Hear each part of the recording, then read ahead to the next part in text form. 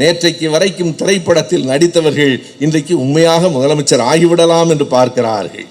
இன்னும் சிலர் இருக்கிறார்கள், எல்லா தேர்தல்களிலும் எல்லா தொகுதிகளிலும் போட்டியிட்டு ஒரு இடத்தில் கூட டெபாசிட் வாங்காதவர்கள் அடுத்து நான் தான் அதிபர் என்று வெட்கமில்லாமல் சொல்லிக் கொண்டிருக்கிறார்கள். ராகுல் காந்தி நடத்தி இருக்கிற அந்த வகுப்பு எத்தனை உண்மைகளை கொண்டு வந்து சேர்த்திருக்கிறது. அவர் சொல்லுகிற போது நமக்கே அதிர்ச்சியாக இருக்கிறது. பீகாரில் 4 லட்சம் வாக்காளர்கள் காணாமல் போயிருக்கிறார்கள்.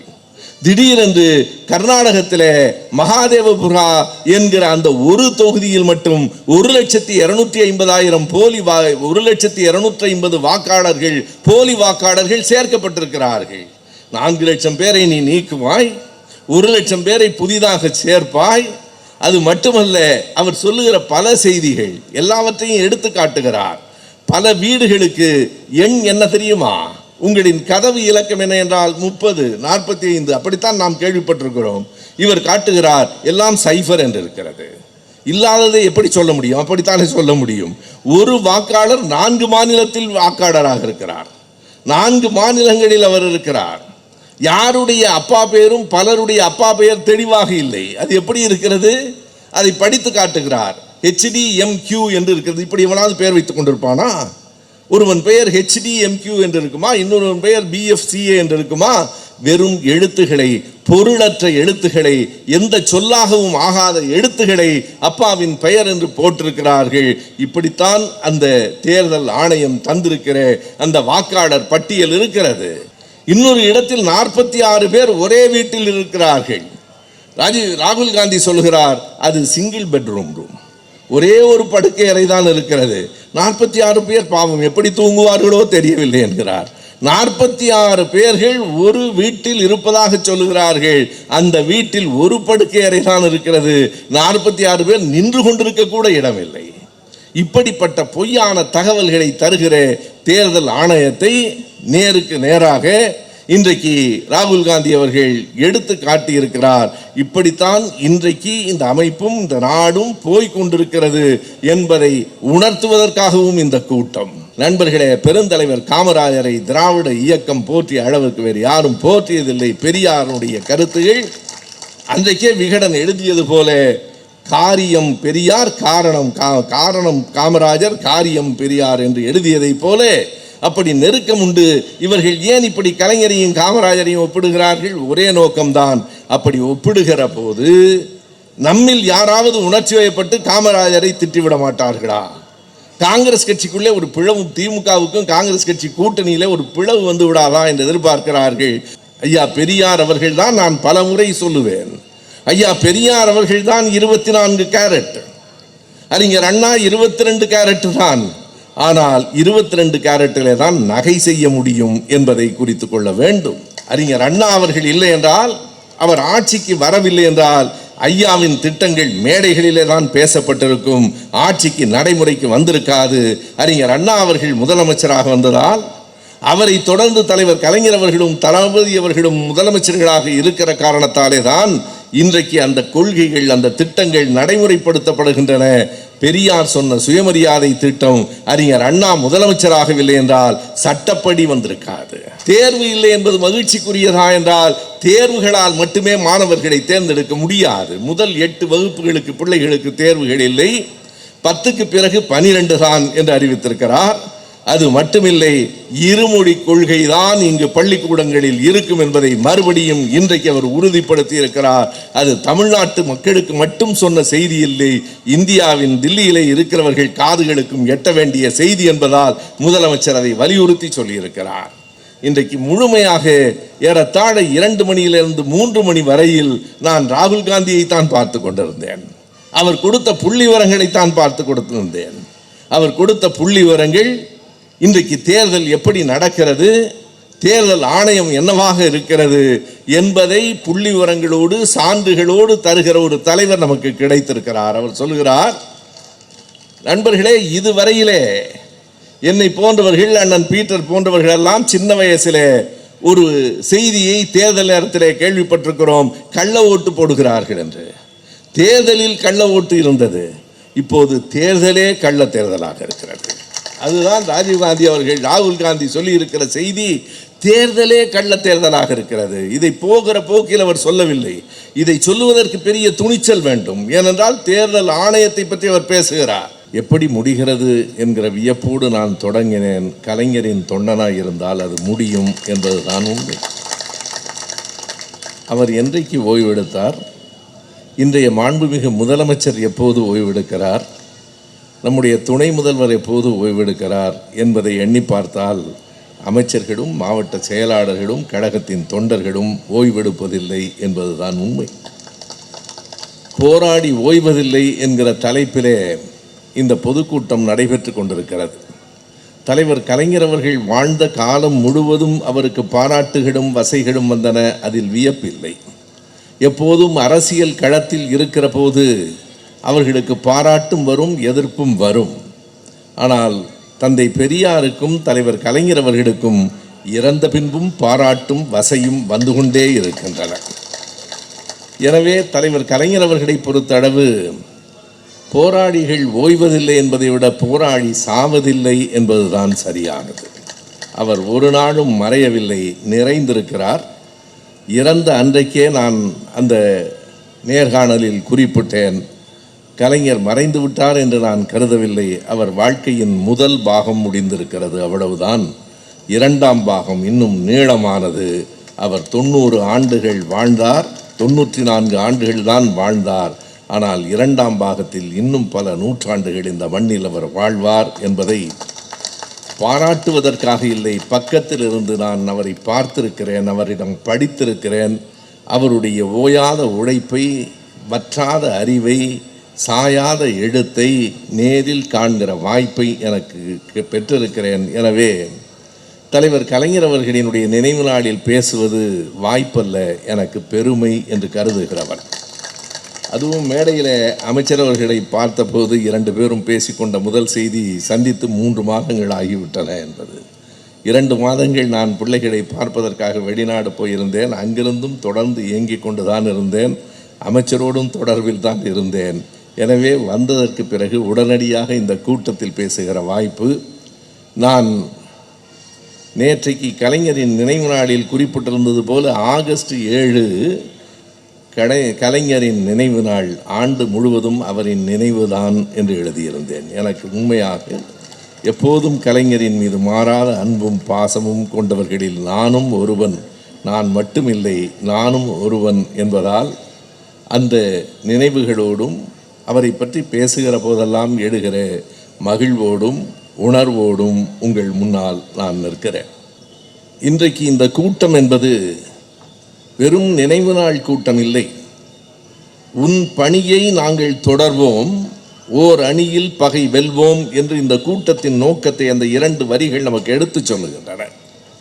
அவர் செய்துவிட்டு போன பணியை தொடர்வதுதான் அவருக்கு நாம் செய்கிற அஞ்சலி, அதுதான் நாம் அவருக்கு செய்கிற பெருமை.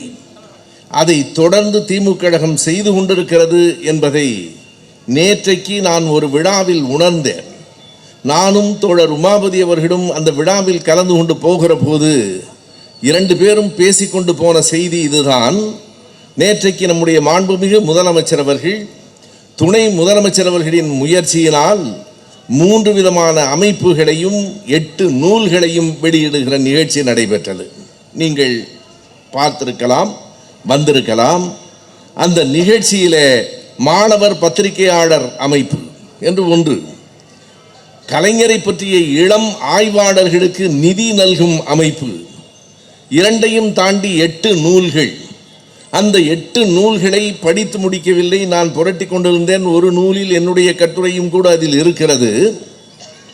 என்ன நாம் குறிப்பிட வேண்டிய செய்தி என்றால், அந்த நூல்கள் சமூக நீதி பற்றி பேசுகின்றன, திமுக கழக வரலாறு பற்றி பேசுகிறது, ஒரு நூலை எப்படி படிக்க வேண்டும் என்பதை பற்றி பேசுகிறது, மேடையில் எப்படி பேச வேண்டும் என்று சொல்லுகிறது. எண்ணி பாருங்கள், எல்லா கட்சிகளும் தேர்தலை மட்டும்தான் கவனத்தில் வைத்திருக்கின்றன. நமக்கும் தேர்தல் குறிதான், ஆனால் தேர்தல் மட்டுமே திமுக கழகத்திற்கு குறி இல்லை. நேற்றைக்கு வெளியிட்ட இந்த புத்தகங்களில் எந்த புத்தகம் நமக்கு தேர்தலில் வாக்குகளை தேடிக்கொண்டு வரும்? அதற்கும் தேர்தலுக்கும் என்ன தொடர்பு? எப்படி திமுக கழகத்தின் வரலாறு என்று அந்த புத்தகத்தை யார் தொகுத்திருக்கிறார்கள் என்றால், மறைந்த நம்முடைய மிகப்பெரிய தியாகத்தின் உருவமாக விளங்கிய நம் தளபதியை சிறையிலே காப்பாற்றிய முன்னாள் மேயர் சிட்டிபாபு அந்த புத்தகத்தை தொகுத்திருக்கிறார். அந்த தொகுப்பை நான் பார்க்கிற போது எனக்கு வியப்பாக இருந்தது. எப்படி என்றால், வரலாற்று நூல்களை நான் படித்திருக்கிறேன், சில நூல்களை எழுதியும் இருக்கிறேன். ஆனால் இத்தனை விரிவாக, இத்தனை நுணுக்கமாக, இத்தனை புள்ளிவரங்களோடு ஒரு நூல் வந்திருக்கிறது. 1949 இருந்து 67 வரைக்கும் என்று அதனுடைய அட்டைப்பிலே போட்டிருக்கிறார்கள். நான் கூட என்ன கருதினேன் என்றால், 49 வரைக்கும் 67 வரையில் நடைபெற்ற நிகழ்ச்சிகள் அதிலே குறிக்கப்பட்டிருக்கும் என்று. இல்லை, ஒவ்வொரு இயலினுடைய தலைப்பும் என்னவாக இருக்கிறது என்றால் 1949, அடுத்த இயலின் தலைப்பு 50, அடுத்தது 51. நீங்கள் திமுகவின் வரலாற்றில் 54வது ஆண்டு என்ன நடந்தது என்று விரும்பினால், 62ஆம் ஆண்டு என்ன நடந்தது என்று தெரிந்து கொள்ள முயற்சி செய்தால், அந்த புத்தகத்தில் இருக்கிற அந்த 10 பக்கங்களில் 62ஆம் ஆண்டு திமுகவில் நடைபெற்ற அத்தனை விவரங்களும் பதிவாகி இருக்கின்றன. இது அடுத்த தலைமுறைக்கு வரலாற்றை சொல்லிக் கொடுக்கிற ஒரு மிகப்பெரிய செய்தி. ஏன் எப்போது பார்த்தாலும் நீங்கள் வரலாறு பற்றியே பழையவைகளை பற்றியே பேசுகிறீர்கள் என்று சிலர் கேட்பார்கள். எங்களுக்கு வரலாறு இருக்கிறது, அதனால் பேசுகிறோம். நேற்றைக்கு அரசியலுக்கு வந்தவர்களுக்கு என்ன வரலாறு இருக்க முடியும்? ஒரு நூற்றாண்டை கடந்த வரலாறு இந்த இயக்கத்திற்கு இருக்கிறது, அதனால் பேசுகிறோம். எனவே 3 விதமான போக்குகளை நாம் கொண்டிருக்கிறோம். ஒன்று கொள்கையை பரப்புவது, இன்னொன்று மக்கள் நலம் நாடுவது, மூன்றாவது தேர்தலின் மூலமாக ஆட்சியை கைப்பற்றுவது. ஏனென்றால் ஆட்சியை கைப்பற்றவில்லை என்றால் நம்முடைய கொள்கை திட்டங்கள், மக்கள் நல திட்டங்கள் சென்றடையாது. ஐயா பெரியார் அவர்கள் தான், நான் பல முறை சொல்லுவேன், ஐயா பெரியார் அவர்கள் தான் 24 கேரட், அறிஞர் அண்ணா 22 கேரட் தான். ஆனால் 22 கேரட்டிலே தான் நகை செய்ய முடியும் என்பதை குறித்து கொள்ள வேண்டும். அறிஞர் அண்ணா அவர்கள் இல்லை என்றால், அவர் ஆட்சிக்கு வரவில்லை என்றால், ஐயாவின் திட்டங்கள் மேடைகளிலே தான் பேசப்பட்டிருக்கும், ஆட்சிக்கு நடைமுறைக்கு வந்திருக்காது. அறிஞர் அண்ணா அவர்கள் முதலமைச்சராக வந்ததால், அவரை தொடர்ந்து தலைவர் கலைஞர் அவர்களும் தளபதி அவர்களும் முதலமைச்சர்களாக இருக்கிற காரணத்தாலே தான் இன்றைக்கு அந்த கொள்கைகள், அந்த திட்டங்கள் நடைமுறைப்படுத்தப்படுகின்றன. பெரியார் சொன்ன சுயமரியாதை திட்டம் அறிஞர் அண்ணா முதலமைச்சராகவில்லை என்றால் சட்டப்படி வந்திருக்காது. அதை நாம் நடத்தி கொண்டிருக்கலாம். ஆனால் அதற்கான சட்ட ஏற்படிப்பை அறிஞர் அண்ணா தான் பெற்று தந்தார். அறிஞர் அண்ணா தான் இருமொழி கொள்கை என்பதை 1968 ஜனவரி 23ஆம் நாள் ஒரு நாள் சட்டமன்றத்தை கூட்டி, வேறு எந்த விவாதமும் இல்லை, ஒரு முழு நாள் இந்த இருமொழி கொள்கை பற்றியே பேசுவதென்று முடிவெடுத்து அன்றைக்கு அறிவித்தார்களே. 68 அறிவிக்கப்பட்ட திட்டம் இன்றைக்கு காலையிலே முதலமைச்சர் வெளியிட்டிருக்கிற அந்த கல்வி அறிக்கையிலும் இடம்பெற்றிருக்கிறது என்பதை குறித்துக் கொள்ளுங்கள். மிக தெளிவாக சொல்லியிருக்கிறார். இன்றைக்கு மாநிலத்திற்கான கல்வி கொள்கையை வெளியிட்டிருக்கிற நம்முடைய முதலமைச்சர் குறிப்பிட்டிருக்கிற சில செய்திகள் பிள்ளைகளுக்கு சொல்லுங்கள்.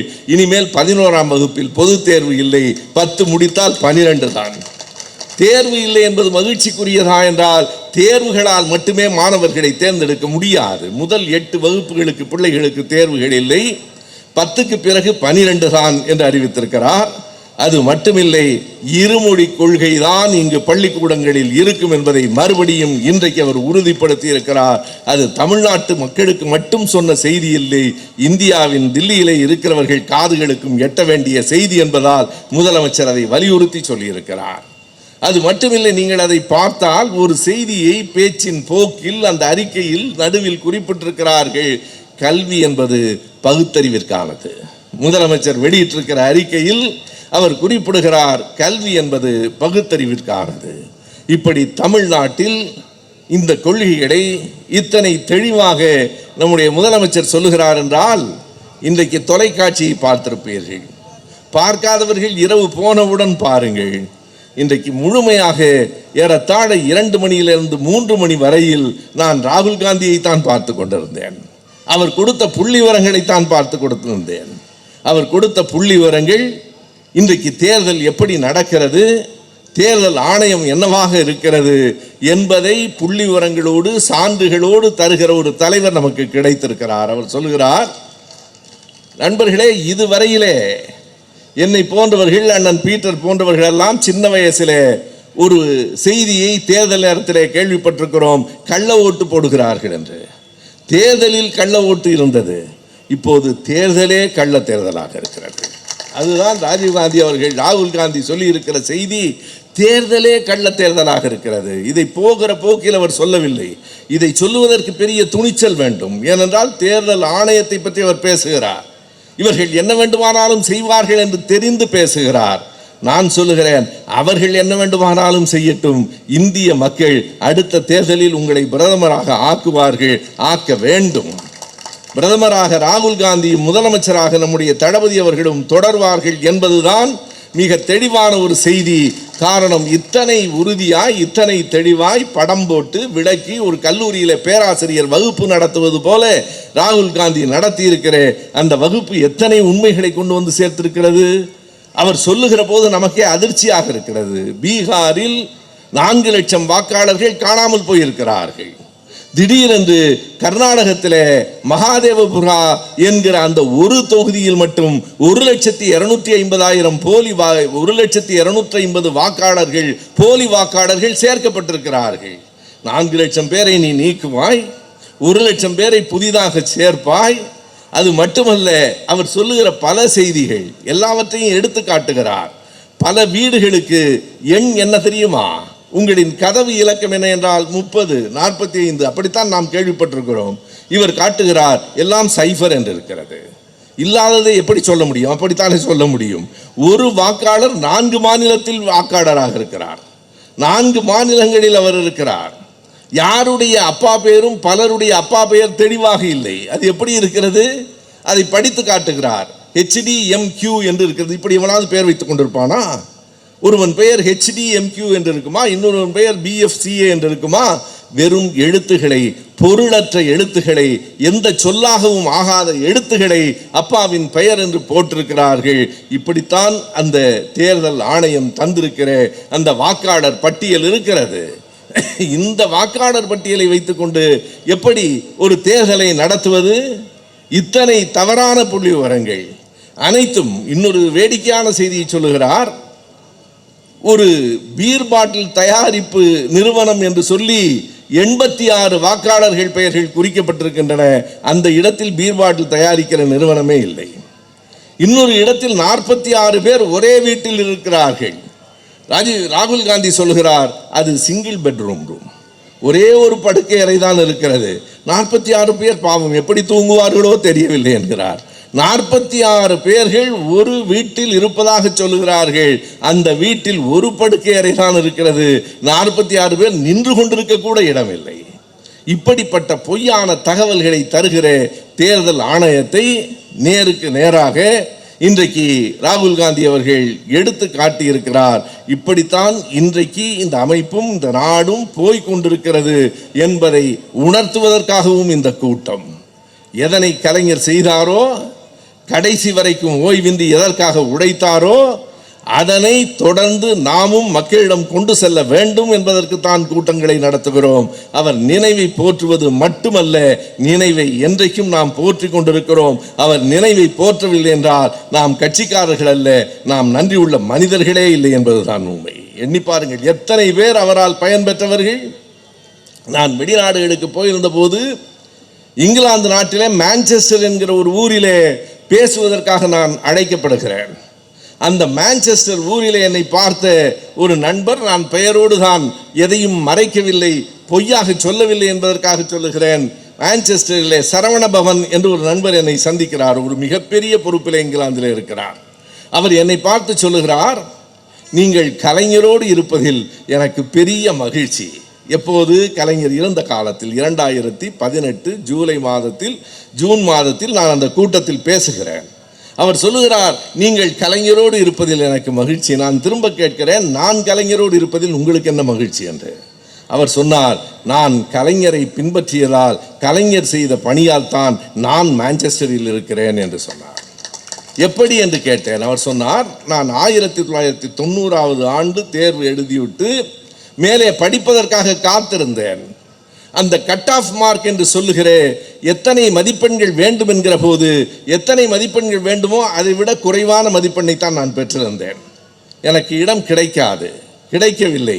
அந்த நேரத்திலே தான் 1990 தலைவர் கலைஞர் அவர்கள் இந்தியாவிலேயே இல்லாத மிகவும் பிற்படுத்தப்பட்டோர் என்கிற பிரிவை எம்பிசி என்பதை உருவாக்கினார். அவர் வன்னியர் சமூகத்தை சார்ந்தவர். அவரே சொன்ன செய்தி, நான் வன்னியர் சமூகத்தை சார்ந்தவன். எம்பிசி என்பது இந்தியாவில் வேறு எங்கும் இல்லை. காமராஜர் அவர்கள் காலத்திலே சலவை தொழிலாளர்கள் அப்படி ஒரு கோரிக்கையை வைத்தார்கள். காமராஜர் சொன்னார், உடனடியாக சட்ட மாற்றங்களை செய்துவிட முடியாது, ஆனாலும் கூட நாம் அதை கவனிக்கலாம், உங்களுக்கு ஒரு முன்னுரிமை தர சொல்லுகிறேன் என்றார். காமராஜரை பற்றி பேசினாலே எதிரிகள் மட்டுமல்ல, திருச்சி வேலுச்சாமிகளும் வந்து விடுகிறார்கள். அண்ணன் பீட்டர் அவர்கள் இருப்பதால் கவனத்திற்காக சொல்லுகிறேன். எப்படி இந்த நாட்டை குலைப்பது என்பது எல்லா கட்சியிலையும் இருக்கிறவர்கள் என்பதற்காக சொல்லுகிறேன். சிலர் திடீரென்று கலைஞரையும் காமராஜரையும் ஒப்பிட்டு பேசுவது, நண்பர்களே, பெருந்தலைவர் காமராஜரை திராவிட இயக்கம் போற்றிய அளவுக்கு வேறு யாரும் போற்றியதில்லை. பெரியாருடைய கருத்துகள் அன்றைக்கே விகடன் எழுதியது போல, காரியம் பெரியார், காரணம் காமராஜர், காரியம் பெரியார் என்று எழுதியதை போல அப்படி நெருக்கம் உண்டு. இவர்கள் ஏன் இப்படி கலைஞரையும் காமராஜரையும் ஒப்பிடுகிறார்கள்? ஒரே நோக்கம்தான். அப்படி ஒப்பிடுகிற போது நம்மில் யாராவது உணர்ச்சி வயப்பட்டு காமராஜரை திட்டிவிட மாட்டார்களா? காங்கிரஸ் கட்சிக்குள்ளே ஒரு பிளவு, திமுகவுக்கும் காங்கிரஸ் கட்சி கூட்டணியிலே ஒரு பிளவு வந்து விடாதா என்று எதிர்பார்க்கிறார்கள். ஏமாந்து போவீர்கள். என்றைக்கும் பெரியவர்களை ஒரு நாளும் நாங்கள் குறைத்து பேசியதில்லை. பெரியவர்களை குறைத்து பேசுகிறவர்களை வரலாறு மதித்ததும் இல்லை என்பதை குறித்து கொள்ளுங்கள். எதற்கு சொல்லுகிறேன்? காமராஜர் அவர்கள் திறந்த கல்வி கூடங்களால் படித்து நாங்கள் இந்த பொறுப்புக்கு வந்திருக்கிறோம் என்று சொல்லுகிறவர்களைப் போல அந்த மான்செஸ்டரிலே பார்த்த நண்பர் சொன்னார், அந்த எம்பிசி என்கிற அறிவிப்பு வந்த காரணத்தால் அந்த கட் ஆஃப் மார்க் அங்கே இருந்து ஒரு 4-5 மதிப்பெண்கள் குறைந்து கீழே வந்தபோது எனக்கு வாய்ப்பு கிடைத்தது, படித்தேன். இன்றைக்கு மான்செஸ்டரில் இவ்வளவு பெரிய பதவியில் இருக்கிறேன் என்றால் அதற்கு கலைஞர் தான் காரணம் என்று நன்றி உணர்ச்சியோடு சொன்னார். நான் சொன்னேன், மிக்க மகிழ்ச்சி. ஆனால் இந்த நன்றி உணர்ச்சி நாட்டில் பலரிடத்தில் இல்லை. எத்தனை ஆண்டுகளுக்கு பிறகு வடநாட்டில் பிற்படுத்தப்பட்டவருக்கு இடம் வந்தது என்று யார் அறிவார்கள்? ஆனால் அம்பேத்கர் அவர்களின் முயற்சியினால் இந்தியா விடுதலை பெறுவதற்கு முன்பே பட்டியலின மக்களுக்கு 1943 ஆகஸ்ட் 8 அந்த இடஒதுக்கீடு வந்தது. அது அவருடைய முயற்சி, அவருடைய தொண்டு, அவர் வெள்ளைக்காரனுக்கே புரிய வைத்த அவருடைய ஆற்றல், அவருடைய ஆங்கில அறிவு, அவருடைய தர்க்கம். அதனால் 43வது ஆண்டே பட்டியலின மக்களுக்கு இடஒதுக்கீடு கிடைத்தது. ஆனால் சென்னை, மைசூர் போன்ற சில மாநிலங்களை தவிர, அன்றைக்கு தலை மாகாணம் பிரசிடென்சி என்று பெயர், அதனை தவிர வேறு இடங்களில் பிற்படுத்தப்பட்டவர்களுக்கு இடஒதுக்கீடு இல்லை. இந்தியா விடுதலை பெற்ற பிறகும் இல்லை. முதலாக வட இந்தியாவில் பிற்படுத்தப்பட்டவர்களுக்கு இடஒதுக்கீடு வந்தது 1978வது ஆண்டுதான். பீகாரில் கர்பூரி டாகூர் என்பவர் முதலமைச்சராக வந்ததற்கு பிறகுதான் பிசி என்கிற அந்த ரிசர்வேஷன், பிற்படுத்தப்பட்டவருக்கே இடஒதுக்கீடு வந்தது. ஆனால் இந்தியாவுக்கே வழிகாட்டியாக 1990 மிகவும் பிற்படுத்தப்பட்டோர் என்று ஒரு பிரிவினை உட்படுத்தி, அதனை ஏற்படுத்தி வன்னியர் சமூகம் உட்பட்ட 108 சீர்மரபினர்களின் வாழ்வில் ஒளியேற்றிய மாபெரும் தலைவன் தான் நம்முடைய கலைஞர். அன்றைக்கு அவர் செய்ததையெல்லாம் இன்றைக்கு நம்முடைய தளபதி செய்து கொண்டிருக்கிறார். எண்ணி பார்க்க வேண்டும் நண்பர்களே. அதாவது ஒரு தலைவனின் பெருமை எங்கே இருக்கிறது என்றால் அவனை தொடர்ந்து வருகிற அடுத்த தலைவனிடம் இருக்கிறது. பெரியாரின் பெருமை அண்ணாவிடம் இருக்கிறது. அறிஞர் அண்ணா இல்லை என்றால் பெரியாரினுடைய கருத்துகள் மக்களிடம் சட்டமாக வராமல் போயிருக்கும். அறிஞர் அண்ணாவின் பெருமை தலைவர் கலைஞரிடம் இருக்கிறது. கலைஞரின் பெருமை நம்முடைய தளபதியிடம் இருக்கிறது. அந்த செயல்களை, அந்த தொடர் ஓட்டத்தை தொடர்ந்து கைவிடாமல் நாம் நடத்தி கொண்டிருக்கிறோம். இது ஒரு முக்கியமான தருணம். தமிழ்நாடு கவனமாக இருக்க வேண்டிய தருணம். நேற்றைக்கு வரைக்கும் திரைப்படத்தில் நடித்தவர்கள் இன்றைக்கு உண்மையாக முதலமைச்சர் ஆகிவிடலாம் என்று பார்க்கிறார்கள். இன்னும் சிலர் இருக்கிறார்கள், எல்லா தேர்தல்களிலும் எல்லா தொகுதிகளிலும் போட்டியிட்டு ஒரு இடத்தில் கூட டெபாசிட் வாங்காதவர்கள் அடுத்து நான் தான் அதிபர் என்று வெட்கமில்லாமல் சொல்லிக் கொண்டிருக்கிறார்கள். கவலைப்படாதீர்கள். திமுக கழகம் ஒரு இரும்பு கோட்டை, என்றென்றும் நிலைத்து நிற்கும்.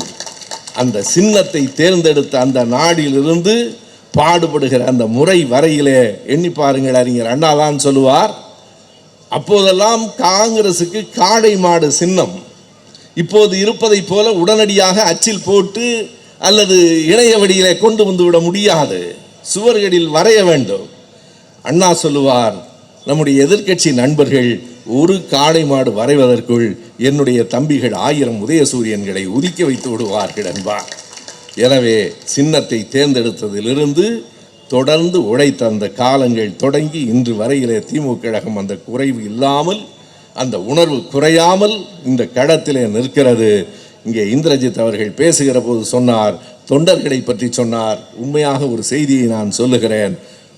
திமுக கழகத்திற்கு கிடைத்ததை போல உலகத்திலேயே வேறு எந்த கட்சிக்கும் தொண்டர்கள் கிடைத்திருக்க மாட்டார்.